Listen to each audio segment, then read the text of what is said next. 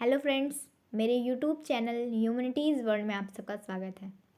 आज हम इस सिविक्स की सीरीज में राज्यसभा और लोकसभा से रिलेटेड कुछ क्वेश्चंस आपके सामने लेके आए हैं।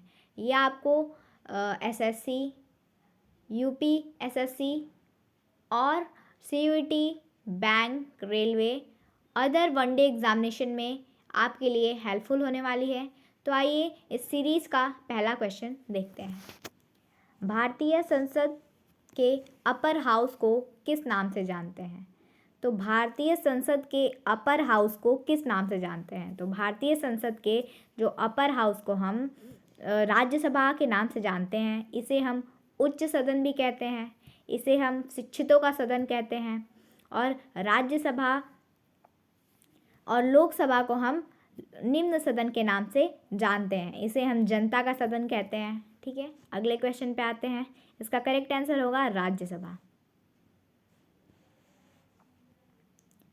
राज्यसभा को स्थायी सदन कहते हैं क्योंकि, तो राज्यसभा को स्थायी सदन क्यों कहते हैं? क्योंकि जो राज्यसभा है उसका जो है कभी भी विघटित नहीं हो सकती। राज्यसभा हमेशा स्थायी रहती है। इसका कार्यकाल 6 वर्षों का होता है। इसे कभी भी विघटित नहीं किया जा सकता, इसे भंग नहीं किया जा सकता, इसे विघटित नहीं किया जा सकता। यानी कि इसका करेक्ट आंसर होगा दूसरा वाला। इसीलिए इसे स्थायी सदन कहते हैं। इस सदन में यानी कि राज्यसभा में हर 2 वर्ष पे 1/3 सदस्यों का चुनाव होता है। हर 2 वर्षों पे 1/3 सदस्यों का, ठीक है, जिनका कार्यकाल पूर्ण हो गया हो। ठीक है, राज्यसभा का जो कार्यकाल है 6 वर्षों का होता है। अगले क्वेश्चन पे आते हैं। राज्यसभा में सीटों की अधिकतम संख्या कितनी हो सकती है? तो राज्यसभा में जो है सीटों की जो अधिकतम संख्या है वो है 250। ठीक है, 250। अगले क्वेश्चन पे आते हैं। राज्यसभा के लिए राष्ट्रपति द्वारा कितने सदस्य नामित किए जाते हैं? यानी कि कितने सदस्य राष्ट्रपति राज्यसभा में मनोनीत करता है। नामित का मतलब मनोनीत करता है। तो राष्ट्रपति दोनों संसदों को मिला के, यानी कि दोनों संसद, लोकसभा और राज्यसभा दोनों को मिला के कुल 14 सदस्यों को मनोनीत करते हैं। लेकिन वो अकेले राज्यसभा में 12 सदस्यों को मनोनीत करते हैं और लोकसभा में 2 सदस्यों को, जो आंग्ल भारतीय यानी कि एंग्लो इंडियंस रहते हैं। ठीक है, अगले क्वेश्चन पे आते हैं। राज्यसभा में सदस्यों का निर्वाचन होता है। तो राज्यसभा का जो सदस्यों का जो निर्वाचन पद्धति है, राज्यसभा के जो सदस्यों के जो निर्वाचन पद्धति है वो आनुपातिक प्रतिनिधित्व के अनुसार एकल संक्रमणीय मत पद्धति द्वारा की जाती है। क्योंकि ये जो इनका चुनाव है वो अप्रत्यक्ष रूप से होता है, क्योंकि इनको विधानसभा के जो है सदस्य चुनते हैं। ठीक है, अगले क्वेश्चन पे आते हैं। राज्यसभा के लिए प्रत्येक राज्य के प्रतिनिधि का निर्वाचन कौन करता है?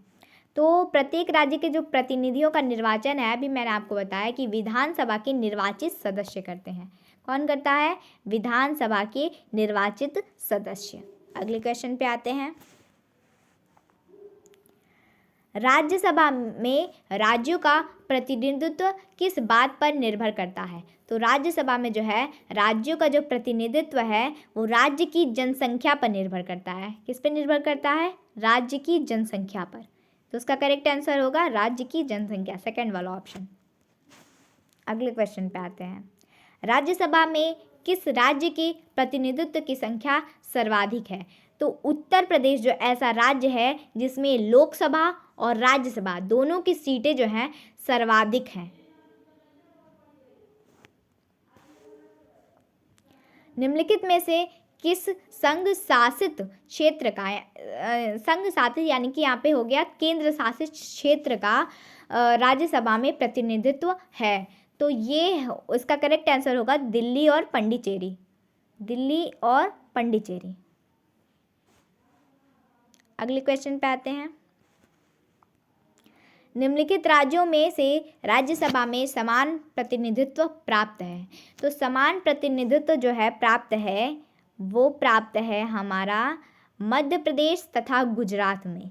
मध्य प्रदेश तथा गुजरात में। इसका करेक्ट आंसर होगा मध्य प्रदेश तथा गुजरात। राज्यसभा के सदस्यों का कार्यकाल कितने वर्षों का होता है? तो राज्यसभा के जो सदस्यों का कार्यकाल होता है वो 6 वर्षों का होता है और हर 2 वर्षों पे एक तिहाई सदस्यों का जो है चुनाव होता है। ठीक है, अगले क्वेश्चन पे आते हैं। राज्यसभा के एक तिहाई सदस्य प्रत्येक कितने वर्ष की पश्चात सेवानिवृत्ति यानी कि उनका कार्यकाल खत्म होता है तथा यहाँ पे थोड़ी सी मिसप्रिंटिंग हो गई, यहाँ पे नए होगा। ठीक है, यहाँ पे नए होगा। ठीक, यहाँ पे नौ नहीं होगा, नए होगा। तो उसका करेक्ट आंसर है 2 वर्षों पर। करेक्ट आंसर है 2 वर्षों पर। अगले क्वेश्चन पे आते हैं। लोकसभा और राज्यसभा में गणपूर्ति संख्या है, तो लोकसभा और राज्यसभा में जो गणपूर्ति की संख्या है वो कितनी होनी चाहिए? 1/10। 1/10 इसका करेक्ट आंसर दूसरा वाला है। राज्यसभा को भंग करने का अधिकार किसे प्राप्त है? तो राज्यसभा तो कभी भंग हो ही नहीं सकती, तो इसका अधिकार तो किसी को भी नहीं होगा। तो इसमें से कोई नहीं, यानी कि राज्यसभा भंग हो ही नहीं सकती। तो इसका करेक्ट आंसर होगा इसमें से कोई नहीं। ये चौथा वाला इसका करेक्ट आंसर होगा। अगले क्वेश्चन पे आते हैं। राज्यसभा का सभापति कौन होता है? तो राज्यसभा का जो सभापति होता है वो उपराष्ट्रपति होता है और वह किसी भी सदन का सदस्य नहीं होता है। तो उपराष्ट्रपति राज्यसभा का सभापति होता है और उपराष्ट्रपति को राज्यसभा का सभापति के रूप में ही वेतन मिलता है, ना कि उपराष्ट्रपति पद के लिए वेतन मिलता है। ठीक है, अगले क्वेश्चन पे आते हैं। किस सदन में अध्यक्ष उस सदन का सदस्य नहीं होता है? तो अभी मैंने आपको बताया कि जो उपराष्ट्रपति है वो राज्यसभा का सभापति होता है और वो दोनों सदनों का मतलब राज्यसभा का सदस्य नहीं होता है, तो उसमें राज्यसभा सही है। अगले क्वेश्चन पे आते हैं। निम्नलिखित में कौन राज्यसभा की एक आंतरिक शक्ति के अंतर्गत आता है? तो वो है अखिल भारतीय सेवाओं का सृजन, नई अखिल भारतीय सेवाओं का सृजन। पहला जो ऑप्शन है वो सही है। अगले क्वेश्चन पे आते हैं। दोस्तों, अगर आपको हमारी वीडियो पसंद आ रही हो तो प्लीज़ हमारे चैनल को सब्सक्राइब करें, लाइक करें और शेयर करें और हमारे चैनल पे बने रहें। तो देखिए अगला क्वेश्चन क्या है। निम्नलिखित में से किसके संबंध में राज्यसभा को लोकसभा के अपेक्षाकृत अधिक अधिकार प्राप्त है? तो यहाँ पे राज्यसभा को जो है लोकसभा से अधिक अधिकार प्राप्त है नई अखिल भारतीय सेवाओं का सृजन करने के लिए। नई अखिल भारतीय सेवाओं का सृजन करने के लिए, यानी कि करेक्ट आंसर जो होगा तीसरा वाला होगा, ये करेक्ट आंसर होगा नई अखिल भारतीय सेवाओं का गठन करने के लिए। अगले क्वेश्चन पे आते हैं। राज्यसभा धन विधेयक पर अपनी सहमति कितने दिन तक रोक सकता है? तो राज्यसभा जो है धन विधेयक पर अपनी जो सहमति है वो 14 दिनों तक रोक सकता है।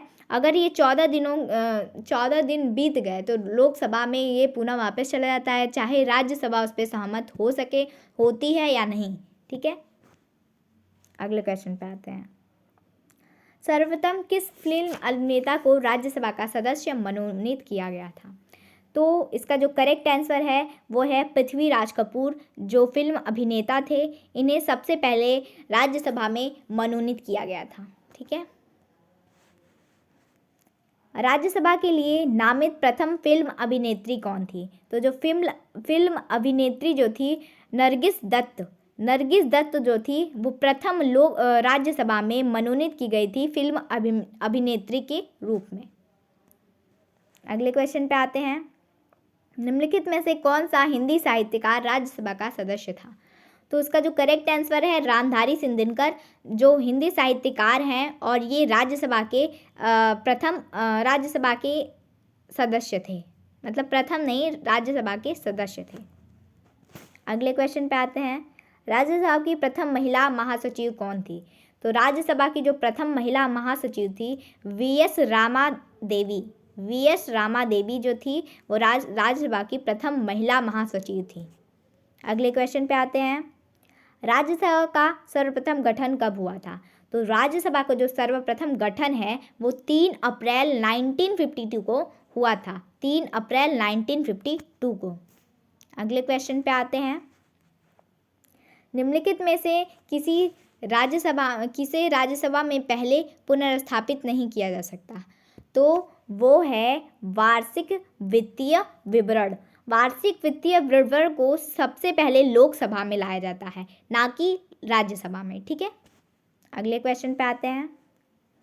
प्रधानमंत्री पद पर नियुक्त होते समय निम्नलिखित में से कौन राज्यसभा का सदस्य था? तो इसका जो करेक्ट आंसर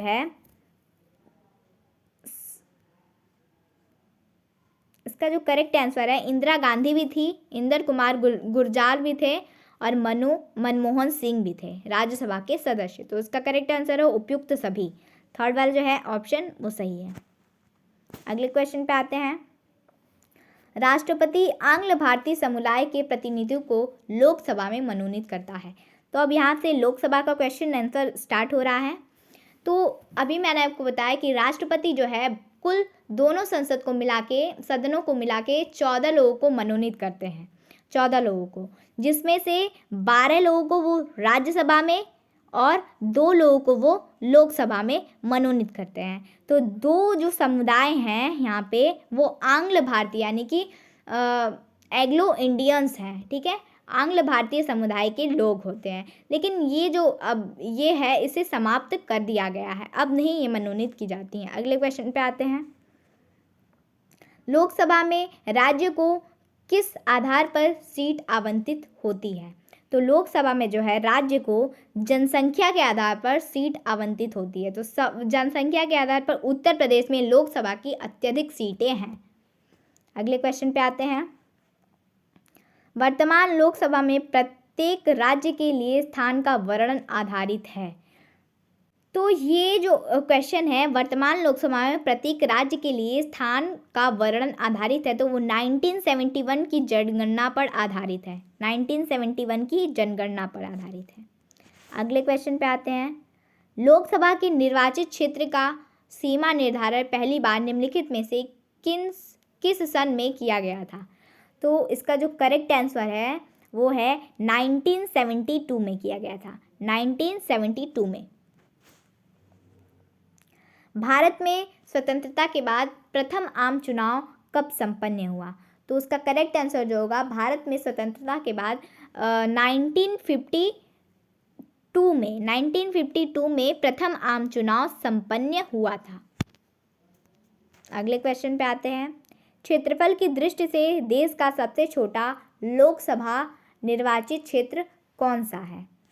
तो यहाँ पे जो है इसका करेक्ट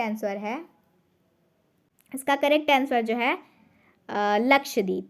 लक्षद्वीप जो है सबसे छोटा लोकसभा निर्वाचित क्षेत्र है। लोकसभा में केंद्र शासित प्रदेश का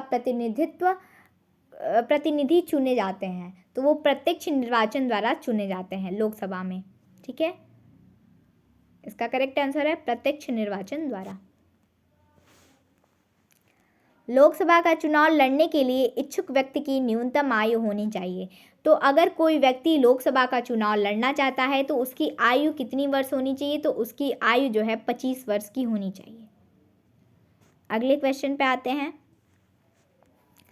किस राज्य का लोकसभा एवं राज्यसभा में प्रतिनिधित्व सबसे अधिक है? तो अभी मैंने आपको बताया कि किस राज्य का राज्यसभा और लोकसभा में दोनों में प्रतिनिधित्व अधिक है, तो वो राज्य है उत्तर प्रदेश। उत्तर प्रदेश एक ऐसा राज्य है जिसमें राज्यसभा की भी सबसे अधिक सीटें हैं और लोकसभा की भी सबसे अधिक सीटें हैं। ठीक है, क्षेत्रफल की जनसंख्या की दृष्टि से ये सबसे बड़ा राज्य है। अगले क्वेश्चन पे आते हैं। लोकसभा का कार्यकाल 5 वर्ष से अधिक किस अवस्था में बढ़ाया जा सकता है? लोकसभा का जो कार्यकाल है 5 वर्ष से अधिक किस अवस्था में बढ़ाया जा सकता है? तो जब राष्ट्रीय आपात लागू हो, जब राष्ट्रीय आपात लागू होता है तो लोकसभा का जो है कार्यकाल 5 वर्षों से अधिक किया जा सकता है। अगले क्वेश्चन पे आते हैं।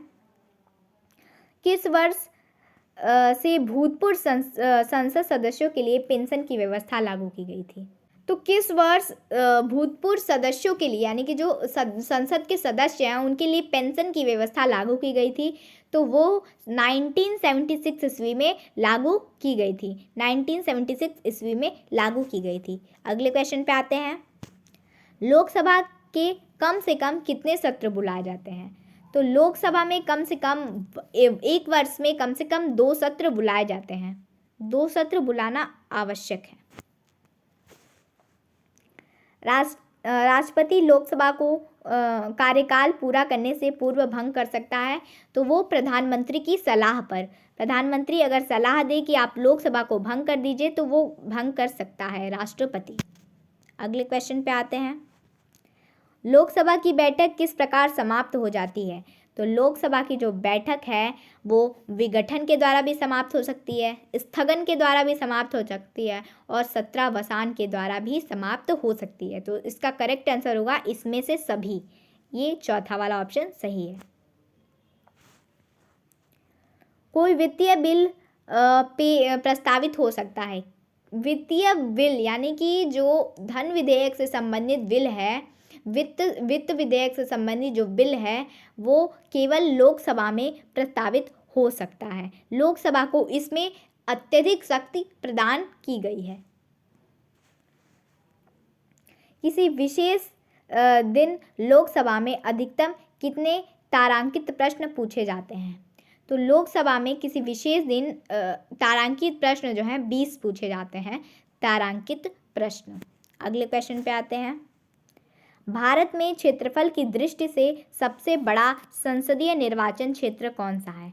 तो भारत में जो है क्षेत्रफल की दृष्टि से सबसे बड़ा संसदीय निर्वाचन क्षेत्र जो है वो लद्दाख है। लद्दाख यानी कि जम्मू कश्मीर। अगले क्वेश्चन पे आते हैं। निम्नलिखित में से कौन सा राज्य लोकसभा में अनुसूचित जनजाति के सर्वाधिक प्रतिनिधित्व निर्वाचित करता है? तो इसका जो करेक्ट आंसर होगा वो मध्य प्रदेश होगा। इसका करेक्ट आंसर होगा मध्य प्रदेश। अगले क्वेश्चन पे आते हैं। शून्यकाल क्या है? तो शून्यकाल क्या है? जब संसद में अति महत्वपूर्ण मामले पे विचार हो रहा हो तो उस काल को जो है शून्यकाल कहते हैं। तो इसका करेक्ट आंसर होगा थर्ड वाला। ठीक है, अगले क्वेश्चन पे आते हैं। भारत में शून्यकाल कब लागू किया गया? तो भारत में जो शून्यकाल है 1962 में लागू किया गया। 1962 में।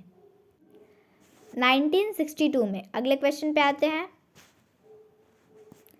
निम्नलिखित लोकसभा में से किसे 5 वर्षों से अधिक अवधि तक कार्य किया था? किस लोकसभा ने 5 वर्षों से अधिक अवधि तक कार्य किया था? तो वो थी 5वीं लोकसभा। 5वीं लोकसभा का कार्यकाल 5 वर्षों से अधिक था। अगले क्वेश्चन पे आते हैं। लोकसभा की अधिकतम सदस्य संख्या कितनी हो सकती है? तो लोकसभा की अधिकतम सदस्य संख्या जो है 545। इसकी अधिकतम संख्या जो होती है 545 होती है। अगले क्वेश्चन पे आते हैं। किस सदन को हम जनता का सदन कहते हैं? तो हम लोकसभा को जनता के सदन के नाम से जानते हैं। इसे हम निम्न सदन कहते हैं। ठीक है, अगले क्वेश्चन पे आते हैं। लोकसभा का नेता कौन होता है? तो लोकसभा का जो नेता होता है वो प्रधानमंत्री होता है। लोकसभा का नेता, लोकसभा में बहुमत प्राप्त दल के नेता को हम प्रधानमंत्री नियुक्त करते हैं। तो यही होता है लोकसभा का नेता। दोस्तों, अगर आपको हमारी वीडियो पसंद आई हो तो कृपया हमारे चैनल को सब्सक्राइब करें और लाइक करें, शेयर करें और हमारी चैनल पे हमेशा ही ऐसे बने रहें। अगर हमारी वीडियो पसंद आई हो तो कमेंट करके हमें ज़रूर बताएं कि आपको हमारी वीडियो कैसी लगी। Thank you. जय हिंद।